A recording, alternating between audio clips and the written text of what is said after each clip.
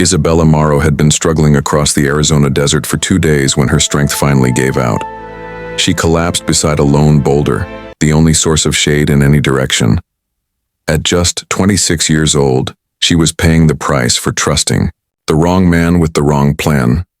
Marcus Dequa had promised her a new beginning in California, but instead left her stranded at a remote gas station.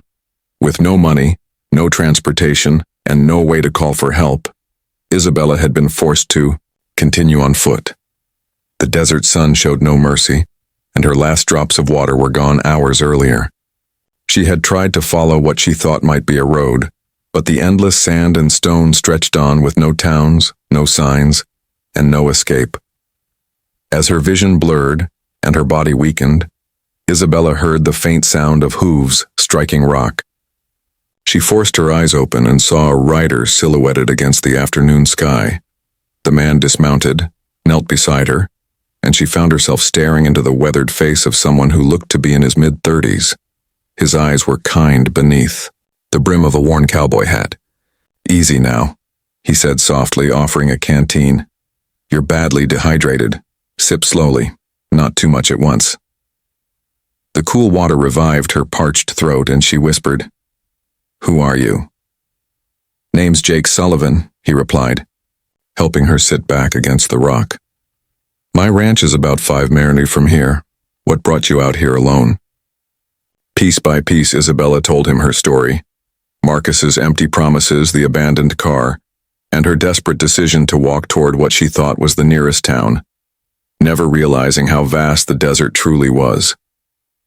Jake listened quietly, offering her more water and shading her with his jacket. When she finished, Jake said gently, "Miss, the closest town is 30 miles away in any direction. You wouldn't have lasted another day in this heat." Supporting her carefully, he lifted her onto his horse. Together they rode until the barren desert slowly gave way to scrubland, then to a neat ranch with a modest house, barns, and a corral filled with strong horses. Jake welcomed her inside, settling her into a guest room and calling a doctor from town to check on her condition. Over the following days, Isabella regained her strength and began to learn about her rescuer. Jake Sullivan owned a small horse ranch, specializing in training cutting horses for cattle ranches throughout the Southwest. He lived alone, worked hard, and seemed content with the steady rhythm of ranch life. What struck Isabella most was his natural kindness.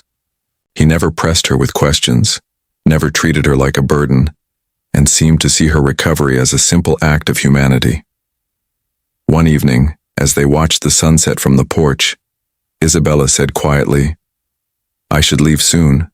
I've imposed on you long enough." Jake looked at her for a moment before asking, "Where would you go? You said you don't have family here." Tears welled in her eyes despite her effort to stay composed. "I'll figure something out, I always do." "You're welcome to stay as long as you need," Jake replied simply. "This place gets lonely, and company would be nice." In the weeks that followed, Isabella settled into ranch life with surprising ease. She helped with meals, managed the bookkeeping Jake had been ignoring, and discovered a natural skill with horses. Beyond the work, she began to see the depth of Jake's character, intelligent, well-read, and grounded in the wisdom of living close to the land. He treated his horses with respect, his neighbors with fairness, and Isabella with a gentleness that slowly healed wounds she hadn't known she carried. One afternoon, while they were repairing fences, Isabella noticed an envelope on the truck seat. It was addressed to Jacob Sullivan with a return address from Sullivan Enterprises in Phoenix. "Your mail," she said, handing it to him. Jake's face grew tense. He slipped the letter into his pocket and muttered, "Business correspondence. Nothing important." But Isabella had started noticing things.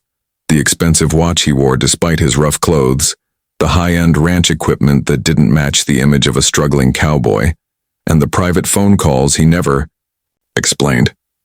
The truth came out unexpectedly when a man in a tailored suit arrived at the ranch asking for Mr. Sullivan.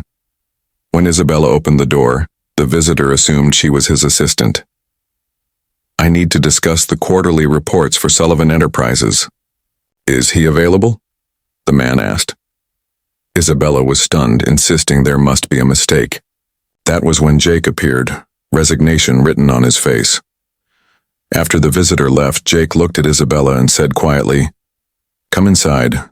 We need to talk." In the ranch house living room, he explained the truth. Sullivan Enterprises was a technology company his father had built, which Jake had inherited and expanded into a multi-million-dollar business. He spent much of his time running the company remotely, but the ranch was his refuge, the one place where he could escape corporate demands and live simply.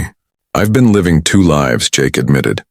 "The businessman with wealth and responsibility, and the cowboy who just wants peace and horses." Isabella absorbed his words in silence before finally saying, "You're a millionaire." Jake nodded slowly. "I understand if this changes how you see me.